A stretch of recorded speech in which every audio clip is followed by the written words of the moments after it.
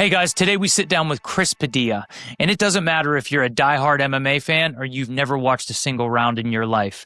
What Chris shares here today goes far beyond fighting. You'll walk away with a real insight on resilience, identity, and navigating the hardest moments of your life. This one, you don't want to miss. Dude, I'm so excited to have you here. That was a huge win this past weekend. So going in, what was the mindset? Because you seemed so chill when it seemed like it was the Bonfim's night, right? Like you're fighting his brother, his other brothers got the main fight. You were just chill. So, man, the way I see it is, I came to do a job, man. I got people to take care of, things to handle on my side. So, uh, whether it's odds makers, whether it's him, whether it's his brother, shit, it could have been this priest for all I know. I was ready to murder every one of them, bro. And I would have. That I don't really. Uh, I just didn't care about anything other than just seeing him just beat. You know what I mean? So I felt like that was the calmness there. Like I know one way or another I was going to get it done. It was just a matter of time, you know? So you're like a shark. You just want to eat Hey, brother, when it that's comes to it. That I think you said the perfect thing was uh I knew I just had to bleed him out. You know, I knew I didn't have to get over, I didn't have to get greedy, I didn't have to rush anything. I haven't fought for 7 months, so I really wanted to feel everything in the cage. I know it sounds a little weird because, you know, most of the time you want it to be a quick night, and not that I didn't, I would have loved a one punch knockout, but what I wasn't, that's not what I was looking for, you know? What I was looking for was a nice slow cut, you know? yeah. Yeah. Well, it's interesting that you said that you wanted to feel everything. I think what people don't know is, I mean, maybe you can speak on this, but when you get into a fight, it's fast. Like you don't have time to think. You don't remember anything until you're driving home, walk into the locker room, whatever. You could speak on that. Oh yeah, man. It's fast, but you know what? I feel like once you master uh fighting in moments, the fight's a lot slower. Like I've been rewatching the fight, and I've been rewatching the way the ESPN app works. You rewind 10 seconds. And if you rewind 10 seconds, look what happens in that 10 seconds, in the next 10 seconds. And what I've noticed was again, it wasn't just complete chaos. Within 10 seconds, it'd be like a slow rhythmic go, but something happened within 4 or 5 seconds of that 10 seconds, you know? So then you just start taking every moment like that. And then again, the fight will just slow down.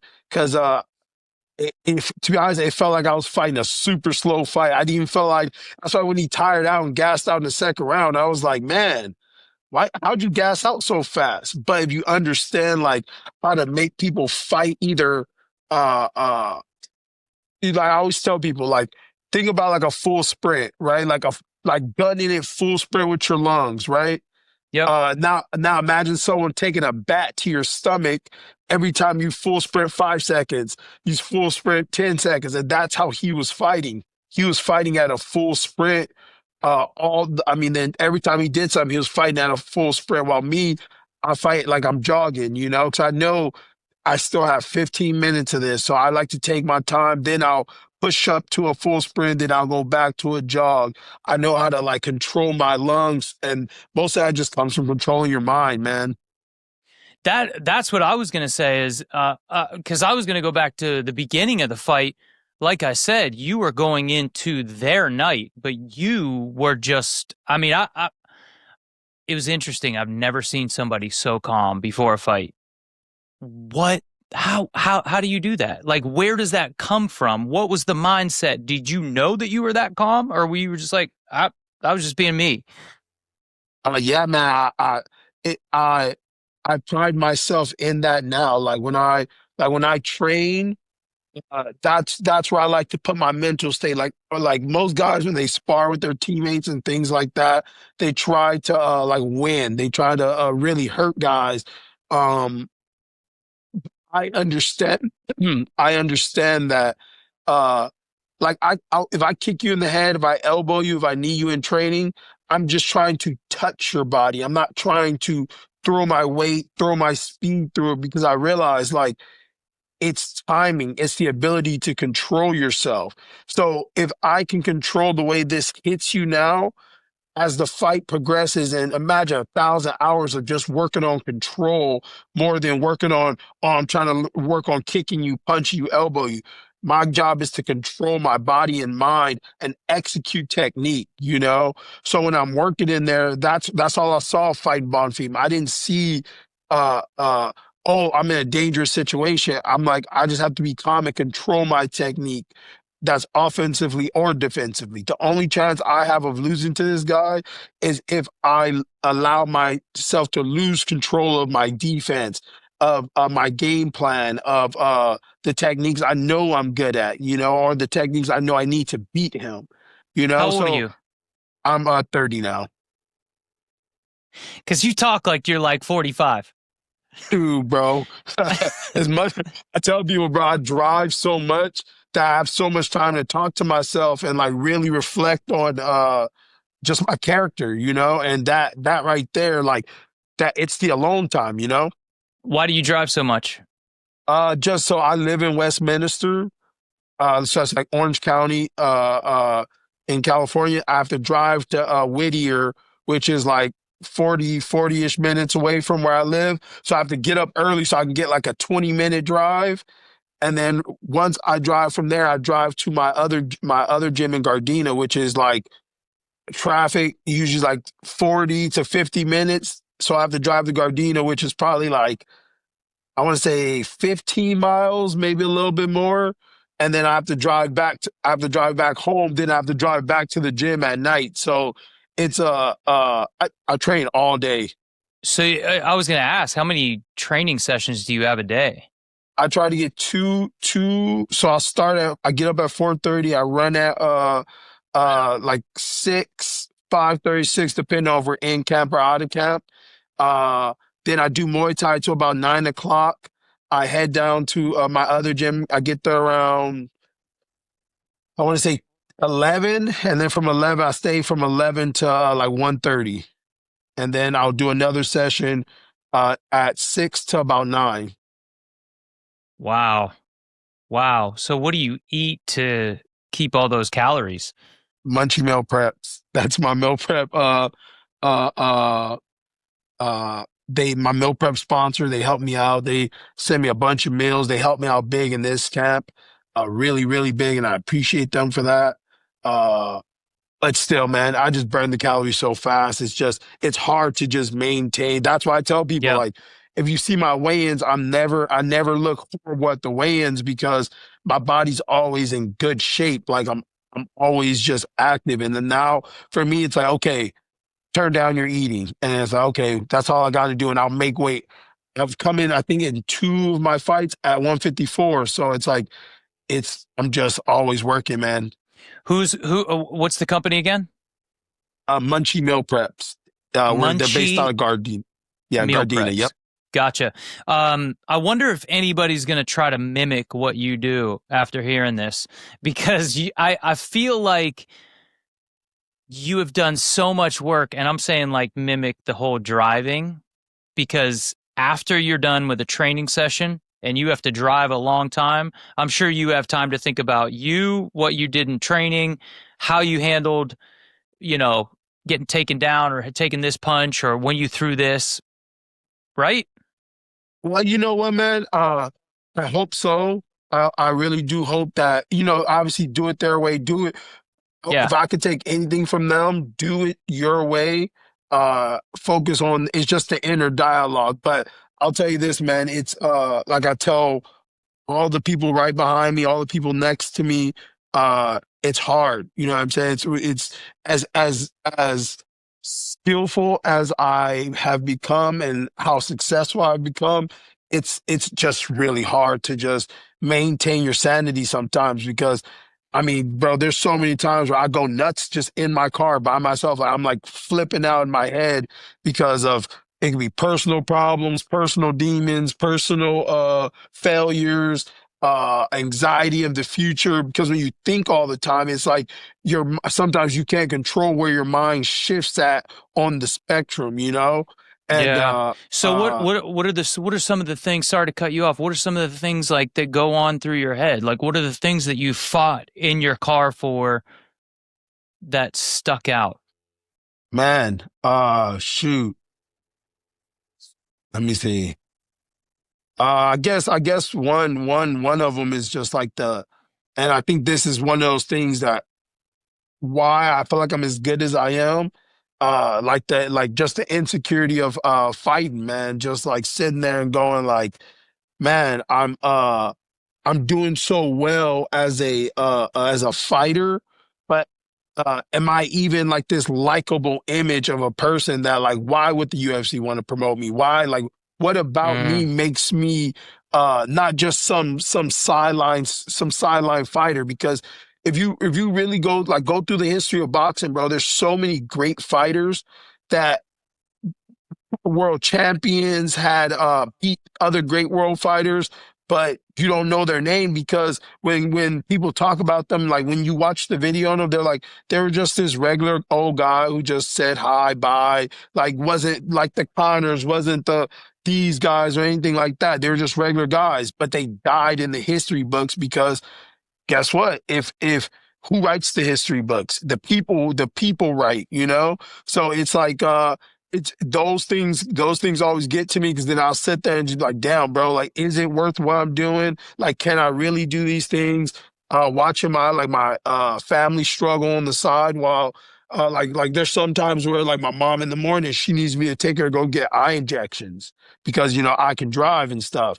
And I have to tell her no because I'm on my way to the gym. And if I help her, then who's going to train? You know what I'm saying? Who's going to make sure that when I show up that night that I want to be thinking about, man, I cut like 8 or 9 training sessions to go help my mom when I could have just been in training, getting better, so I can make sure I'm making money to help my mom. You know, so mm. Do you have any siblings? yeah, I got brothers. I have 3 brothers and a sister. And right now, my younger brother's catching up and fighting. My other brother, he works yeah, he's doing security. My other brother, he's lost in the streets, and my sister is, Mm, uh, sh- you know, just she got her kids and stuff like that, but she's no better off. So that's mm. kind of who I'm trying to, just all of them, man, just trying to make a So way for them.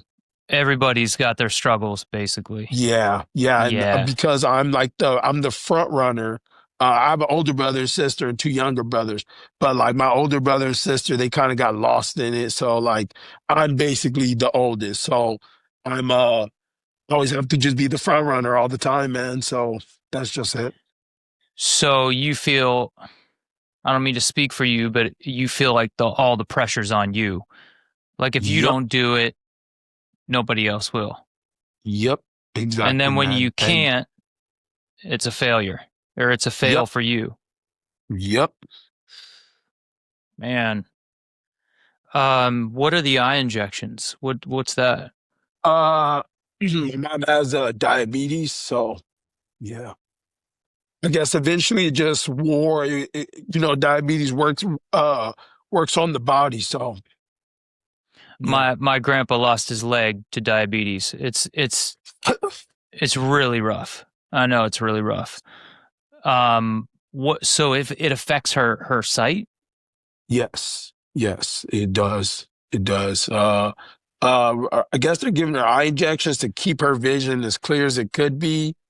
She can see, she can still move around, but like it's just something she has to upkeep. And when she gets her eye injections, she obviously can't see driving back. So it's like it's just Mm, it's almost like so like we get our eyes dilated and like it's yep, like real fuzzy and all it's that. terrible. Yeah, so I thought I yep, could drive after getting that dilated, and yep. yeah, Cooks you. it's rough. Yeah, so yeah, just like I said, man, it's it's a little bit of everything. You know what I mean? So it's just, and like I said, I internalize it all. So like I always see myself as somebody like a problem solver, man. Like I always see like I don't know, like that's just where I've always been. Like I've always thought like, okay, like if let's say if there's one shirt, I'll give my shirt to my mom, my brother, whatever. And I'll, in my mind, I'm like, it's okay. I don't need the shirt. I'll figure out how to get another shirt, and I'll figure out how to do everything else. You know. So, Oof, that's tough. So being pulled in different directions and trying to be in two places at once. yep. Oh, well, I mean, one thing I was going to say about you, Chris, is like, that I see is you are such a dog when it comes to the fight, but when it comes to just a man, it's very interesting that you have access to that fight, but then have access to such a good heart, a big heart, right? Is that something you had to work on? Is that something? Because I feel like people that have had rough situations, they harden themselves. Shoot, my mom.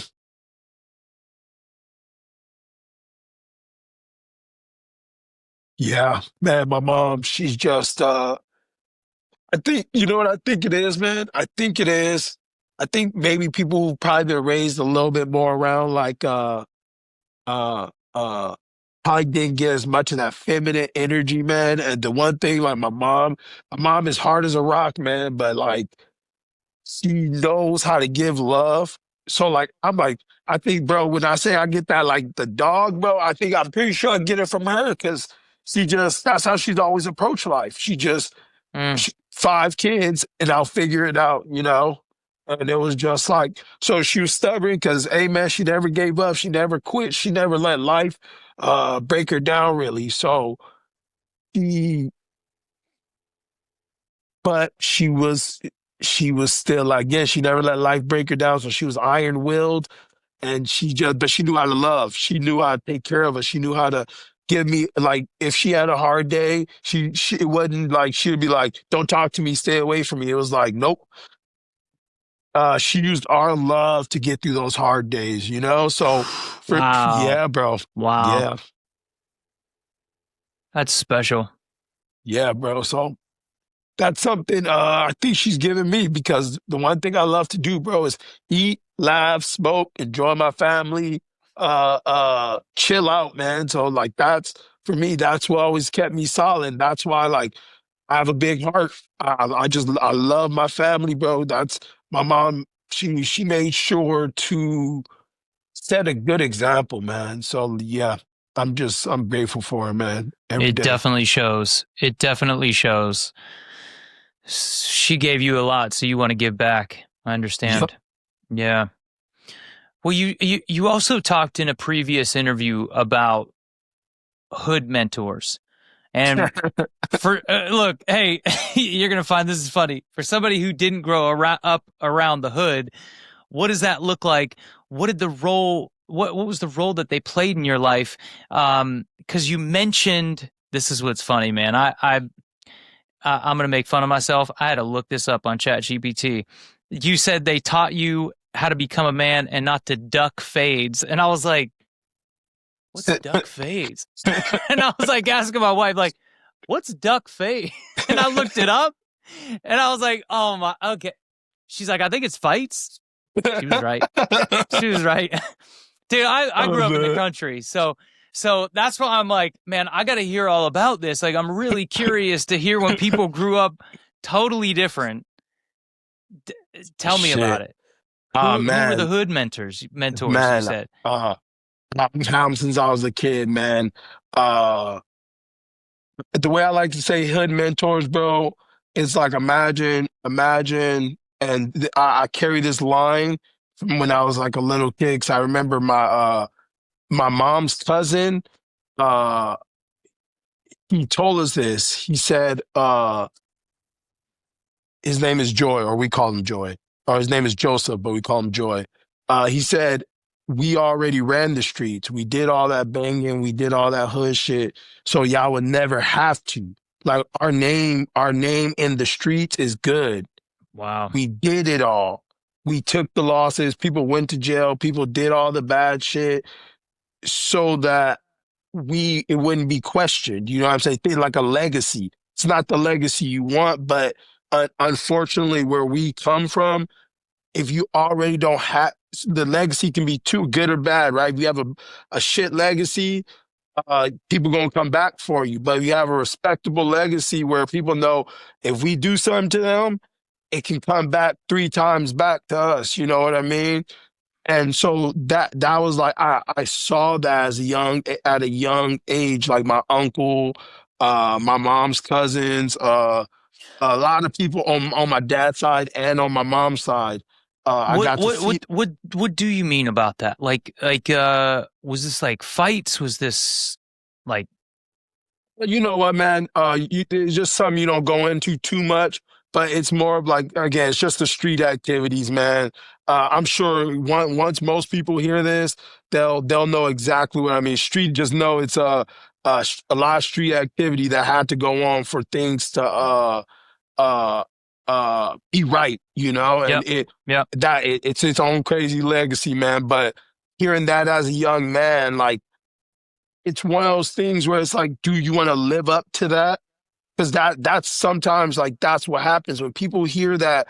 Let's say if you heard your grandpa or your uncle, your dad was a great general, like in your mind you go, how do I become that? How do I my name supersedes what's around you? And when the streets is the highest level of your mentality, that's what you say. Okay, well, if my uncle was this in the streets, I want to be bigger than that. So that means I got to go above and beyond those things, you know? And but we were told the opposite. My uncles, my older cousins told me don't do that. Like Mm, you got this fighting shit. Do that and put our names on that map because wow. what is it going to do out here? You know, and then I got to look at that, and when they explained to me where becoming a street legend on this side of this side of the street, what that means, you're gonna end up in jail, you're gonna have to murder people, you know, you're gonna do wild shit. You feel me? And but if you go and you go, hey, make us a legend in your sport, take that name over there, and now look what you can make us, you know? And for me, the way I like to see is I'm changing the generations of Yep. men, females, anyone that come up behind me. That's my job, you know? And when I was talking about shit, hood mentors, bro, I was talking about Coach D and Coach Eric Steens. They're one of our uh again, just hood legends in the LA area and the greater beyond, man. And one thing that you can appreciate, guys that have seen it all, done it all, uh, they can pull strings in certain spots that you didn't even know. They can go talk to Mm, certain people, put you in contact. Like Eric, Coach Eric, he put me in contact with my current coach who helped me get to the UFC. You know what I mean? Coach D, man, that guy, bro. When I say one of the greatest person, I would love for you to interview him, man. One of the greatest personalities you'll ever meet. Uh, would just he was running the gym I was working at, and he would just sell all my fight tickets. And like if you know what that means, bro, like imagine trying to do a whole camp, advertise yourself, sell your yep. tickets so you know you're worth something. Bro, he would walk in the middle of the class, hey, after the class is done, did you buy tickets yet? And he would just question everybody on the map. As soon as people walk in, hey, you got taco tickets yet? And I was just like, damn, Coach D, and wouldn't ask for a dollar after it, bro. He would just be like, nope, that's for you. I love you, but you know, just a strong man, bro. So How'd yeah, that make you those feel? loved, love, bro. Just Mm, uh you know when they say just like you don't have to love me, you don't have to help me, but sudden in you got up today and was just like, you know what, I'm gonna help Taco. And that Right. Again, that's why when I go in there, when I call these guys out to fights, I have these dudes talking to me, these dudes looking at me, these dudes to live up to. So like when I see it, and that's one thing I have respect for. Everybody that had to do the street shit, they did it out of necessity most of the time, not Mm, because it was just fun for them, you know? And like when I look at that's how when I step in the cage, I still have names to look up to, names to surpass. So that's why I put these guys' names every chance I get, man, because I need to I carry them into that. That's why I know I can't bitch out. I can't duck nobody, bro. No, nope, nope. wow. All Yeah. my people, Wow. yeah, bro. No You ducking, got a lot nobody. of people, yeah, that are holding you up. A Bro, lot of I call people them holding the you up. bridge, bro. That's the bridge. They're the reason I can get to the candy store, bro, because they stacked away, bro. They made it inch by inch. And because all them couldn't get to the candy store, bro, they didn't go, well, I'm not gonna get there. I'm gonna sabotage him. They're gonna go, I didn't get there, but I'm gonna help him get there. That's why I don't discredit advice because there is no lesser man. Every man has been through their fair share. All advice is good advice. It's really interesting that you say they told you to stay out of it because a lot of generations what they'll do is like put you down. You know what I Yep. mean? Like not meaning to do it, but like this is who you are. You were born into this. This is who you are. You're always going to be that. So quit trying to be somebody else. Quit trying to be, you know, a big shot or whatever, whatever. Yeah, bro. That's a blessing to me, man. And God, it's that's a blessing. yep, yep. You never know what hand you're dealt.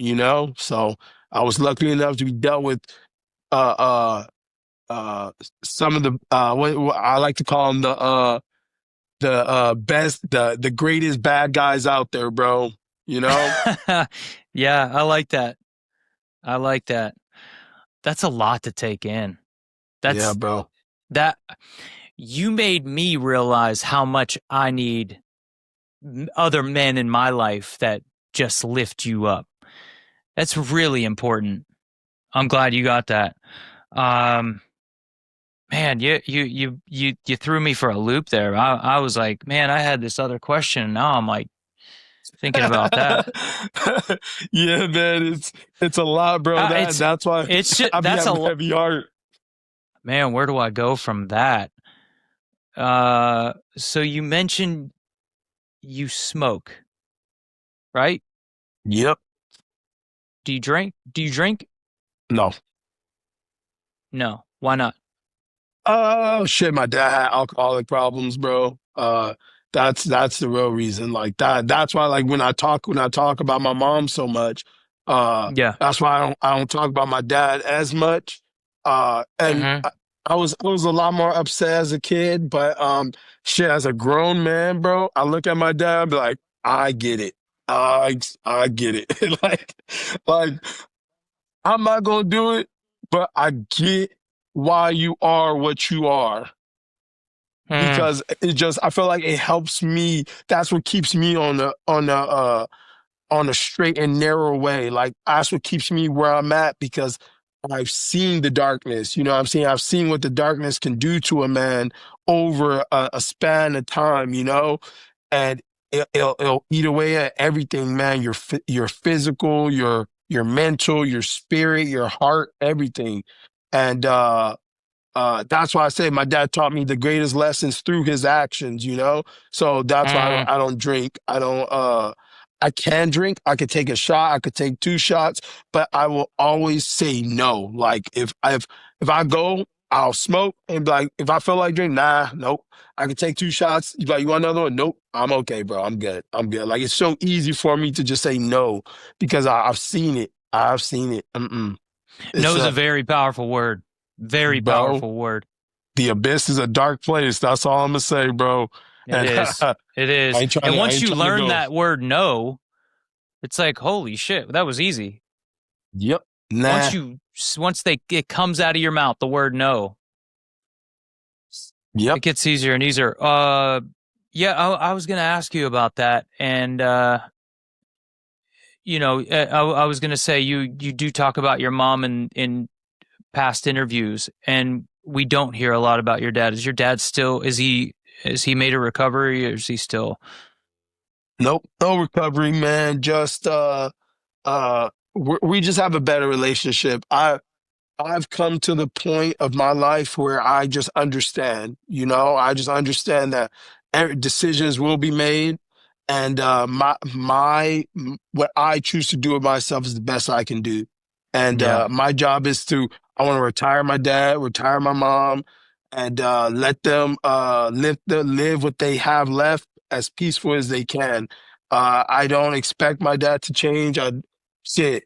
I'm 30, bro, and as long as I've known my dad, he had alcoholism, and that's never going to change. We've tried everything we can think of, and mm, nothing's changed. So I'm okay with it. Like I said, we're good. When every time I say, I'm like, "What's up, Pop? What's up? How you doing?" I'm good. I'll let him talk to me about whatever he likes to talk to me about.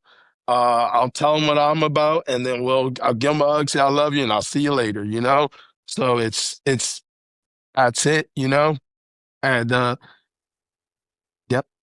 goes back to me saying you act like you're 45, 50, 60, something like that. Like uh, the greatest gift you could give him is acceptance. That's it's really inspirational. There's a lot to learn from you, and you're 30. It's Bro, wild. I just don't want to be mad at nobody. I Mm, don't, it's like, all that stuff is just a curse, bro. And, for me personally, that's why I don't hold things against people. Shit. I'm always told, man, you're too nice, you're too this. And, I think my niceness it's a release for me more than is mercy for someone else, like I rather not hold a grudge. I rather not think negative. I rather not do those things because all it's going to do is just eat away at me. When I look at somebody, I don't want to get angry. I don't want to be mad. I don't need more negativity in my life. I've already lived fucking too many years with negativity always in my head all the time. So I'm done with it, bro. That's why I don't beef with nobody.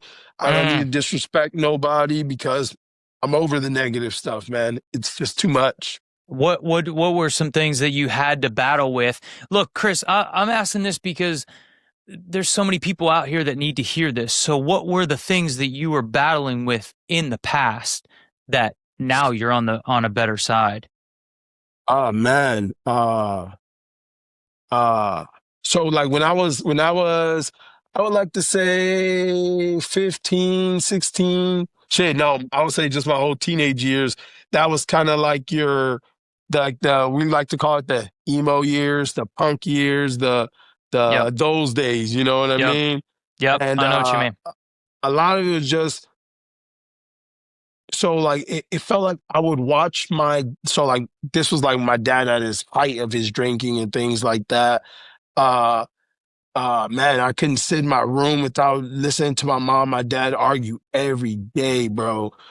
Like it'd be like my dad and his like absurd jealousy, bro. And I felt like that transmuted into me the aggression, the hate for him, the hate for myself, the hate of my whole family, because it just felt like everybody was just losers. It just felt like I had no other way to see it, man. It's just like I just wake up and I just look around and I just saw like powerless people who just couldn't control anything, always in debt, always just uh uh always felt like it was just a weekly cycle of just us hating each other little by little, you know what I mean?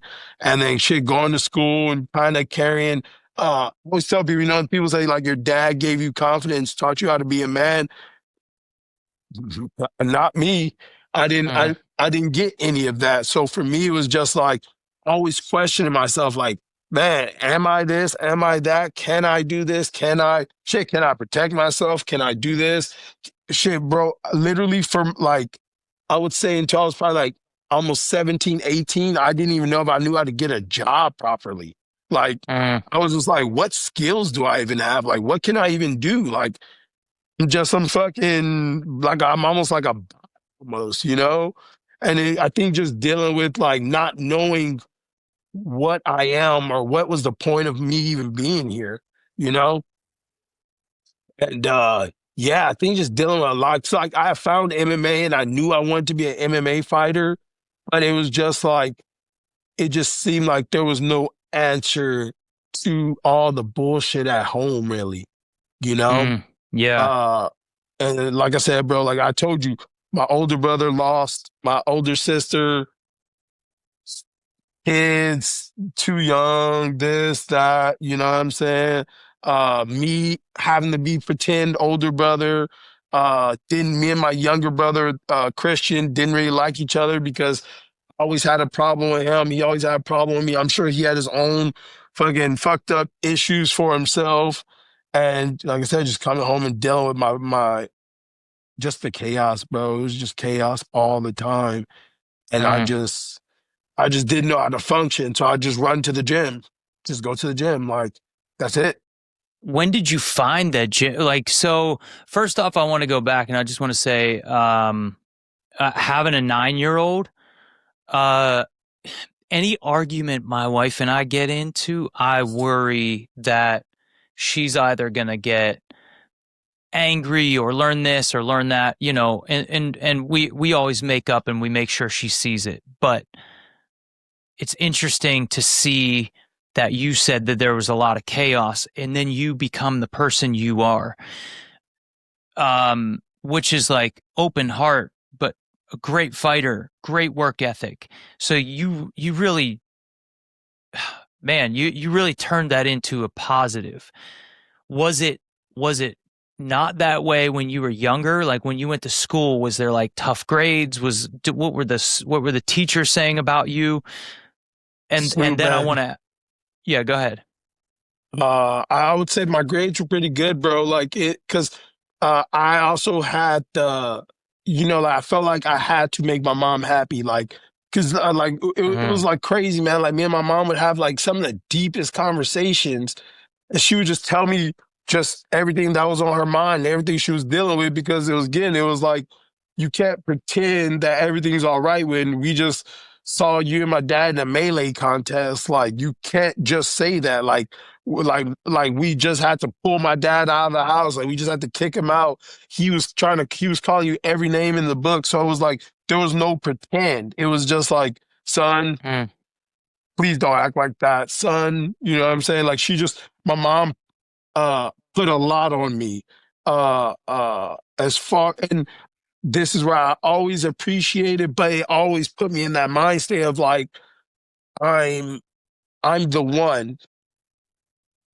I'm the one because like my younger brother, he was like we always was like the yin and yang. Like if I was the outgoing one, he was the one that couldn't get along with anybody, always got in fights at school.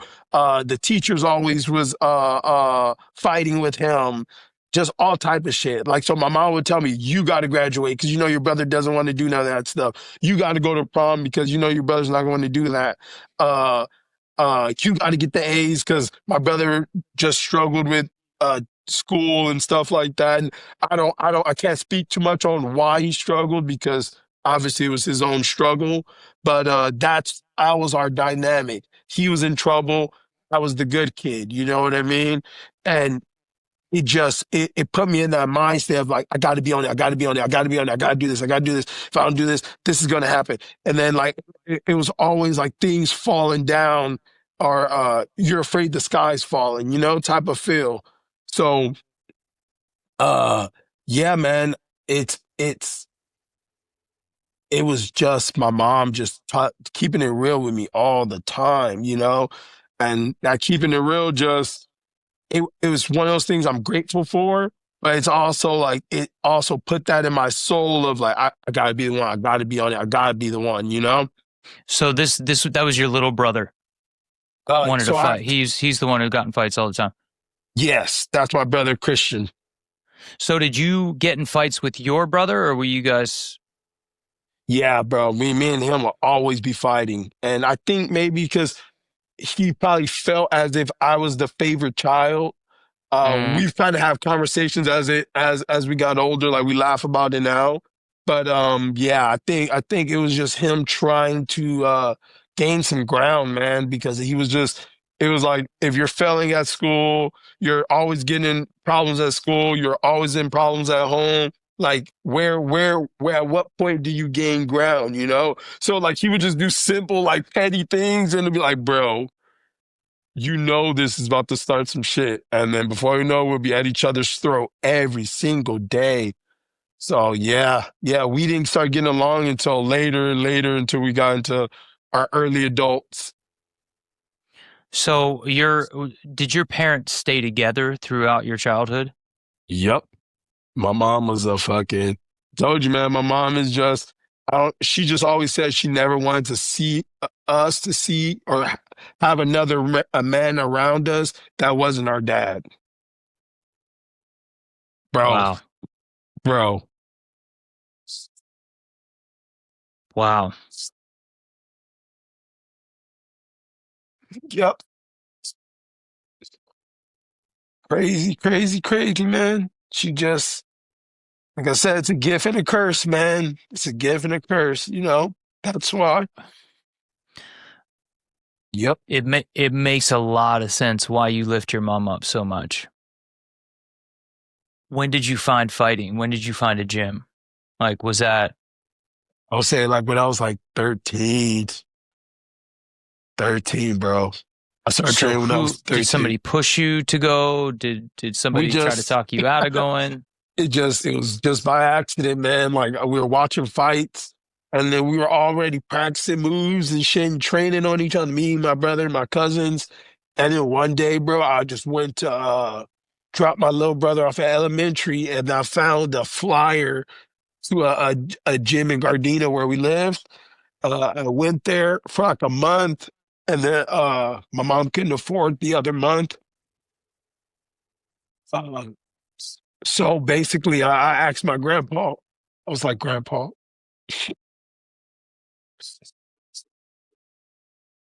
and he paid for my year, and then my teacher gave me a job there.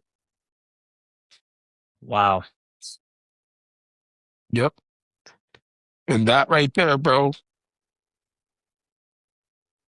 just means so much to me, you know. So yeah, Is your grandpa still around? no, he passed away some years ago, like 2021, 2022. Mm, Yep, that's what the coldest sorry to man to hear that. ever walk this earth, man. Yeah, bro, you know what? It, Bro, my grandpa was just a legend, bro. He was just a legend, legendary man. Like, bro, I remember when his mom died, bro, and I remember looking at him, bro. He didn't crack a just no tears. He was just stoic the whole time. And I just remembered, I was like, Grandpa, how? I was like, Grandpa, why don't you cry? He was like, man, because my mom's in heaven. I have to make sure I take care of all her kids and make sure my brothers and sisters are good and shit. I remember like we were having some internal family beefs, and they were like, "Grandpa, how could you still like take care of your family even though this is all going on?" He was like, "Because this is my mom's wish. If my mom told me to do it, I would." And I just remember going, "Grandpa, you're fucking legendary, man." So yeah, man. When he passed, I'm not even gonna lie to you, I didn't even feel sad. I just felt like I felt sad for my mom and my uncles and my aunts because they had to, that's their dad. But for me, Hmm. I just felt uh like a week before my grandpa got sick, we had like a little celebration for his birthday, and he was on top of the world. My grandma had already passed, so it was just like they passed away within like a year or so apart, few months apart. So it was just like it was cool. Like I understood, like it's a part of the cycle, you know. And just watch my Mm. grandpa go peacefully and just into his time. I was like, well, Grandpa, you lived a legendary life. So it's like after that, it's like what's left? You know, what else can you do? So like I was happy for him, man. I'm still happy for him. So yep. Is that your grandpa on your dad's side or your mom's side? My mom's side, my grandpa on my dad's side, he passed away when my dad was really young. he was protecting his brother in a bar. This was in Mexico, and they shot him. Wow. Yeah, yeah, man. Has your dad ever talked about that? Yeah, bro. My dad is my dad had a lot of problems growing up, bro. So like, and like I said, for some strange reason, bro, he just him and my mom always just told me everything. Like they just talked to me about all the problems they had growing up as kids, uh, uh, adults, teenage years, just craziest things, bro. And like I was like, bro. And when he told me this, I was like, I get it, Dad, but why can't you just, if you know this, why can't you just be better for us? Mm, And I always asked that question. And when I finally became a grown man, like a real grown man, in my opinion, I was like, that's why. It's not, trust me, bro. Everything your soul, like your heart wants to do right, is just the demons that talk to you when no one else is talking. Those are the ones that get you. And if I if I struggle, like I'm in tears right now because of the demons that talk to me and that still haunt me. Uh I can only imagine the demons that you dealt with. Imagine dealing with those demons, but no one taught you how to function. You didn't have anyone to learn from, you know? And that's where I see my dad. I just see a man that didn't really have uh the proper guidance to deal with everything he was dealing with. You know, I just, mm, you're coming from Mexico. When I saw a picture of my dad, when my dad was born, he was basically like born in like a tent, it looked wow. like just some little boy in a tent in the middle of God knows where, you know? Uh, what did mental health look like for them? Like he told me that by his uncle told him that when he feels sad and angry, just to take a drink of a beer and he'll feel better. Yeah, Whoa. yeah, bro. Whoa. Yep, Whoa. yep, yep. And I that's the mean, thing. It still goes on. well, the talk right now about kids, raising kids, is teaching them how to deal with their emotions, right? When you're taught that's how you deal with your emotions, I feel Yep, like it solidifies. yep. It just and that was something that like when he told me that I was just like, yeah, pop. And that and I feel like sometimes people don't talk about there's damage that you can't come back from. Like there's like spiritual damage, mental damage that you just can't recover from, especially when it's been beat into you year after year after year. Like, bro, like sometimes living is so hard. You know what I mean? Hmm. Like imagine uh 60 seconds. And then you go, okay, if there's 60 seconds in a minute, think about how those people who are severely damaged like that, moment for moment in them is just it's a torture, you know? And when I Yep. met my dad, God knows what he's gone through by the time finally came across my father, you know? So, yep, yep. Man, it's a lot, bro. It's a lot, but you know, I just I always say I'm one of the people that learned the hard way. And I'm sure there's a lot of people out there that same thing. I feel like I've never like luck has never really been a favor of mine. You know, mine's is just I always felt like crash, burn, survive, man. I always had to crash, burn, come out, and somehow I'm still here, bro. So it's yeah, that's how I got in. That's how I'm always getting. I ain't worried about it, you know. That's why shit don't phase me no more, though. That's why back to the fight. That's why I'm not phased by getting hit. I'm not phased by chaos. I lived through it all the time. So it's like that little shit getting hit hard is just getting hit hard. It's just if Hmm. you don't knock me out, if you don't put me in a place where I cannot fight you back, I'm going to be there and I'm going to try to take you out every moment of the fight. It's just chaos. But this is not real chaos. This is like a sport chaos, you know? Yeah. Yeah, but it's something you built through your whole entire life. Yep. It's y- y- it's not like a one size fits all or here's what you need to do to train hard and be where I'm at. Yep. That's why you can't uh uh when my students ask me, I just say, bro, dig from your dark place. Like there's no other way, bro. You gotta, and the beauty is we all have dark. Like darkness, yes, my darkness may seem more this, more that, but my darkness shouldn't impact your darkness. You have it, use it constructively because that's all it is.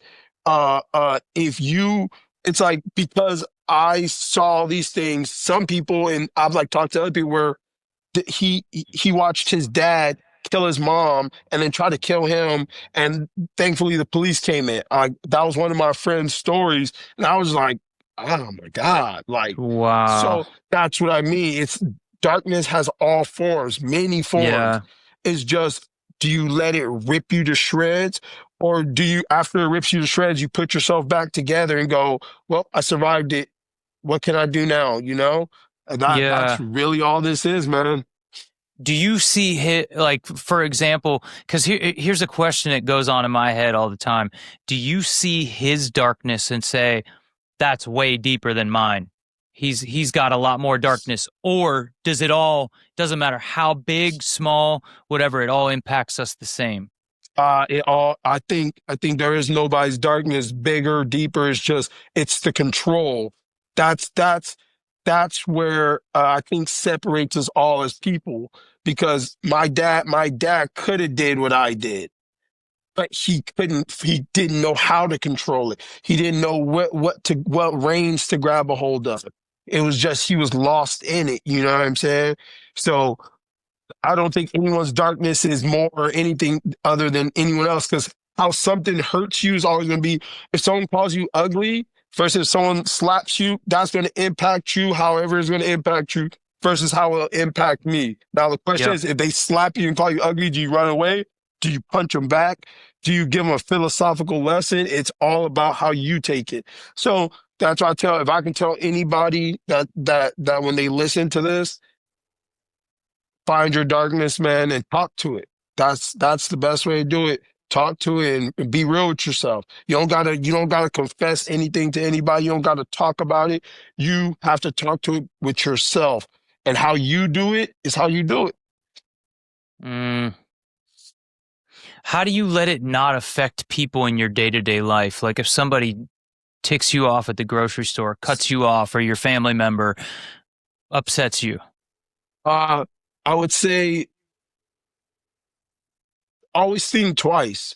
That's my biggest thing. Like, I'm not going to tell you not to be angry because that's just us. That's who we are. We're humans. We're going to get angry.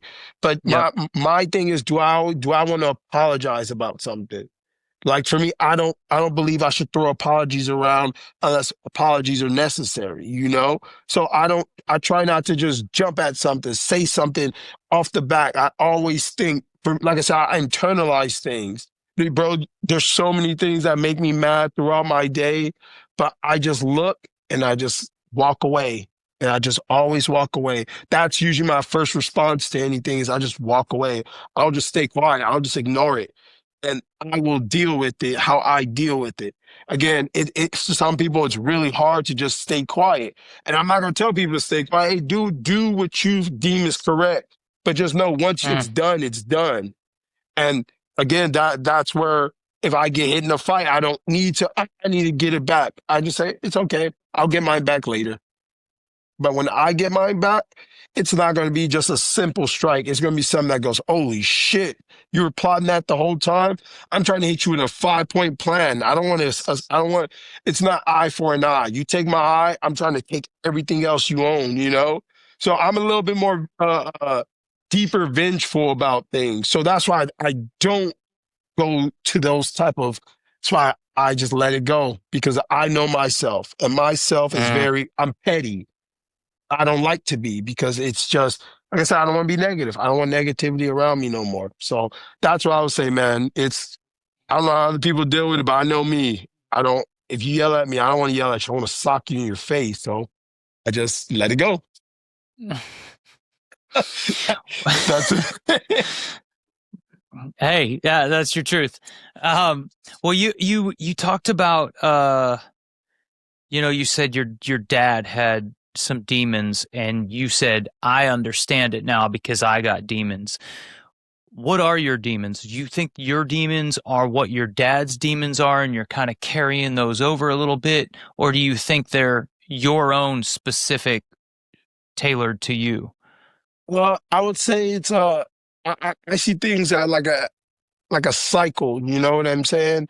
I don't know if it's I don't know. Again, I can't wager on our demons. 'Cause I don't know anything from his long past. Like we've talked, he's told me some things. But it's a different time period. We both have different mind states. I do believe there are things that he's faced that may have reappeared to me in where I live. You know, or how I conduct myself as a man. Um, Shit, let me see. Man, I would say one of my biggest is shit. I have so much like I have a lot of spite towards my older siblings, you know? Uh and I would say it's kind of like a shared thing, you know what I'm saying? Like I've noticed how our their kids, my nephews, my nieces and stuff, how it seems like my older siblings are reenacting my father's behaviors towards them. You know, like putting them through the same thing we went through as kids. Mm, And I look at that and it it it makes me uh sick, bro. Sick. And it's like a sick where it's like it almost feels like I just have almost like a disdain for him, man. And it just sucks, bro. It just sucks because I have to watch them go through what their parents went through as youngins, you know? And it's just like you could just see the cycle. When I look at them and I see my brother and my sisters and their kids, I'm like, man, I remember when you know, when my sister was 13, 14, 15. You have the same look as she had when she was that. You have the same relationship as you have that she had with my dad, you have that with your mom, or you have that with your dad. So that means if you guys keep following this, you're going to eventually end up like that. It's mm, just the natural cycle of it, you know? And like when I generational curses. yeah, I got into drinking when I was younger and I allowed drinking to be my number one thing, partying at the end of the week, uh uh just being reckless, being stupid, bro.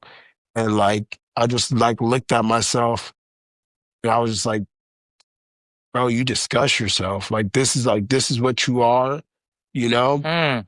Yeah, bro. Like when I was like 18, 19, I got into drinking and it was just like bad. Like so I just party every weekend, blow all my money every weekend. I half-ass trained, didn't train as much as I should have been. I just let everything become just secondary, you know what I mean? And it was it's crazy because it was right after my gym closed. The gym owner, he just got tired of dealing with the landlord, so he closed the gym. And like after that, I was just like, I felt lost. I was just like, what do I do now? And then like I just got into partying and drinking, and I felt myself going that way. I remember my mom was so mad at me, bro, when she first saw me drunk. And she meleeed me, bro. She beat my ass. Like she just I remember, Whoa. yeah, bro. I got in the car, she just like smacked me up a bunch. When I say smacked, some of these. And Whoa. yeah, yeah, yeah, threw me in a cold shower with all my clothes on, bro. I was like, yup. Wow. I don't mean to laugh, but that's pretty gangster. Bro, that was it. Like that was one of those real lessons to me, bro. That I sat there and mind you, I would drink after and still, but I just wouldn't come home or anything. Uh, but it was just that's what it meant for us, man. And I still like cringe at myself for just allowing myself to do that, bro. And I know most people be like, but you're young and stuff like that. And that's what I thought too. But then like again, I see how you can just easily fall into it, bro. So Yeah. yeah. So Well, maybe shit. that's why it happened, so that you could see how easily you could. But, you know, look where you're at now. Yeah, bro. That's where I just smile. I just look back at all the horrors and I just go, you know what, man? Uh, they just made me better. I survived a lot of horror movies, and here I am at Yep. part 15 of Scary Movie. So Well, man, it's my last question was, I heard the commentators talking about you, about your training. You already talked about it. You eat, sleep, you live this. Are there any other aspirations to do anything else? Like, is there a creative side to you that you really want to explore, or some other aspect in life that you're really interested in? Or is this it? you know what, man? I wanna get into writing comic books, drawing, things like that. Manga. It's like the Japanese animes and their comic books. Yeah. I want to get into those things. I want to get deeper into painting. I want to get deeper. I want to enjoy it all, man, because I realized through dabbling in each of these arts that they are martial arts. Martial arts is Mm-hmm. painting, and painting is Yep. martial arts. Yep. And I feel like the more I do things, the closer I get to the answer of life, like I feel like life is in martial arts, life is in painting, in drawing, in writing. So I want to try to figure out, the way I like to look at it, like in video games, every time you venture out of your part of the map, you open up a new map. And for me, I want to do that with my brain. I want to try to open up as many spaces in my brain, my soul, before it's all said and done, If I can Yep. know as much as I can, hey, I want to Yep. work on I want to learn to play guitar, be in a rock band, do fun shit, Just be a kid. I feel like I've never really got a chance to be a proper kid. So I want Mm, to live my dreams like a kid would live his dreams. yep. That makes sense. Yeah. I mean, I started this off by saying you talk like you're 50. Yeah. I'm It's sure like you've been like that for a while. the Benjamin Button, bro. Like it's I started off as an old man, bro. Like I was Right. born as an old man, and like now I'm trying to work my way down into my youth. Yeah, Yeah. There's something very beautiful about that. I mean, the fact that you see so many people being kids too long, right? Some never growing up, or, once they get older, they're like, oh, now I'm old. My dad says it all the time. And I'm like, stop freaking saying that. You're not old. Keep telling yourself that and you will be. yep, Yeah. So it's really cool that you get to experience it the other way. I really like that for you. That's awesome. yep. Life just hopefully gets more and more beautiful, man. And I just want to Yep. be there for it. Yep. Well, Chris, it has been such an honor talking to you. I really appreciate your openness. I appreciate you talking about everything that you did and sharing that with everybody. Thank you for having me, man. Thank you for opening up the place, man. Uh, Shit, I feel like every time it just heals me more and more, man. But every time I talk about and think about it and have to map it out, shit, I just hope that, whoever listens, man, that they can really guide themselves through it because I just know there's a lot of kids, a lot of adults, a lot of men and women, all around, all over the world, all over the spectrums that got a lot of problems, man. There's a lot of dark. So I just hope Yeah. that they can, navigate through it. Cause, bro, sometimes this shit sucks. And when you don't know what to do with it, it sucks more. So I pray that I Yep. could just be of service to them. One thing I wanted to mention, you talked about the brain and you talked about the way your dad, basically his pattern, right? I heard a psychologist say this before, and it was like the most beautiful description. She said, picture, uh, we'll say a red barn in the middle of a field. And now picture the field has grown, wheat really high. And then picture two tracks going from the street all the way to that barn, snaking its way to that barn. All the other wheat is grown out. Which path do you take? You drive down that path. That's the way our brains work. We always drive down that same path. So to cut a different path through that wheat field is really tough because that other path, it's worn down. It's got the mud is just packed down, so it's easier to drive through. It's not as bumpy. Yep. But then you drive through the spot that hasn't been driven yet, and it's bumpy. It's tough. So it just anytime you do that, it just tells your brain like go back to this easy path. We know that path.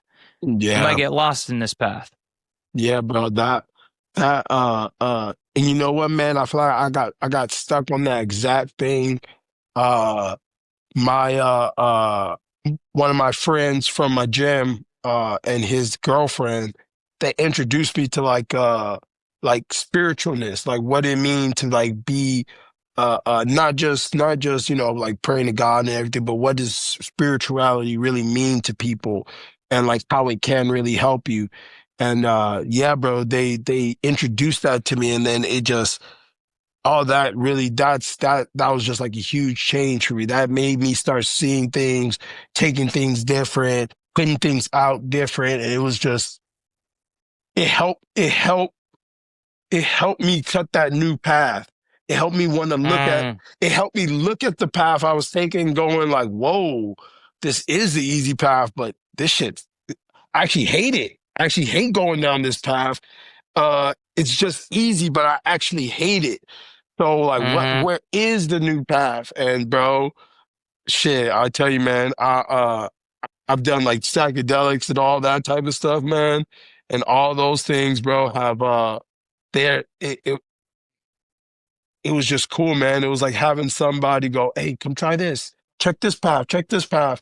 And you just kind of navigate and they show you that there's more ways to do things, bro.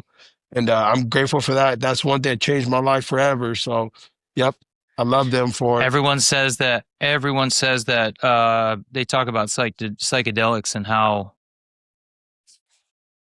just how amazing they are, how they help a lot. Yeah, yeah. I'm pro psychedelics, bro. I've done DMT, mushrooms, uh what else did I do? Mm, Stay high if you take a high fat edible, like a heroic dose on the edible, bro, you will see the spirits. I promise you that. So yeah, I've had my share, man, and tons of it. And it's What's yeah, what's one of the big lessons you learned from a trip? from a DMT trip, man, I think the purpose of life. Hmm. What is the Yeah. purpose of life? Don't keep doing the same thing over. You'll go mad. You'll literally go mad. I promise you. It's it's it's so what I saw was, imagine being like a bunch of little red bubbles, and then there was this like laughing, like almost like a evil laughing, like almost like your evil villain laugh, and it Mm. just kept pulling me apart over and over as these little red dots, and I could feel it pull me apart. And then like I had to, and this was my first DMT trip. I had to come back, and when I came back, I didn't understand why it showed me that or made me experience that, but my conscience uh uh uh meditated on it, and I was like, wow, bro. It just felt like I kept being reborn, but I kept doing the same dumb shit over and over, just like this path we're talking about. You Mm-hmm. know this path is stupid, but it's the easiest way for you to do it, so you just go down it. But imagine going down it, you're stepping in glass, you stepped on needles, your arm gets chopped off, but you just go and be like, well, I'm gonna just do it tomorrow. But you know it's causing you pain. So it's Mm-hmm. like it showed me like why if you keep doing the same thing, you'll go insane. That's what it showed me. And after I saw that, I was like, yeah, I gotta do life different, bro. I gotta be different, do different, think different. I can't keep doing the same thing, otherwise I will go mad. Wow. And it's really tough. Another thing I forgot to mention is those paths, that path that I said to through the wheat field, we have those paths. If you were to do a brain scan, you would see a physical line in your brain. And that's the path they take. And to make a different one, obviously that's really tough. So Yep, it's not yep, just about mental, it's about physically changing it too. You know, yep. it's it's tough, Hey, bro, I but had it to can go. be done. I had to go test use some extracurriculars just to create a new path in my brain. So Yep. yeah, it's Yep. a crazy place, man. But Yeah. I'm grateful for it all. Either way, Well, I'm grateful for you showing up. I really appreciate it, Chris. thank you, brother. I appreciate you having me. The Heart of the Bad Wolf is created and hosted by Nicholas James Muscarella, produced by Nicholas James Muscarella and Robert Altschuler, edited, recorded, and mixed by Robert Altschuler at Command Creative Studios.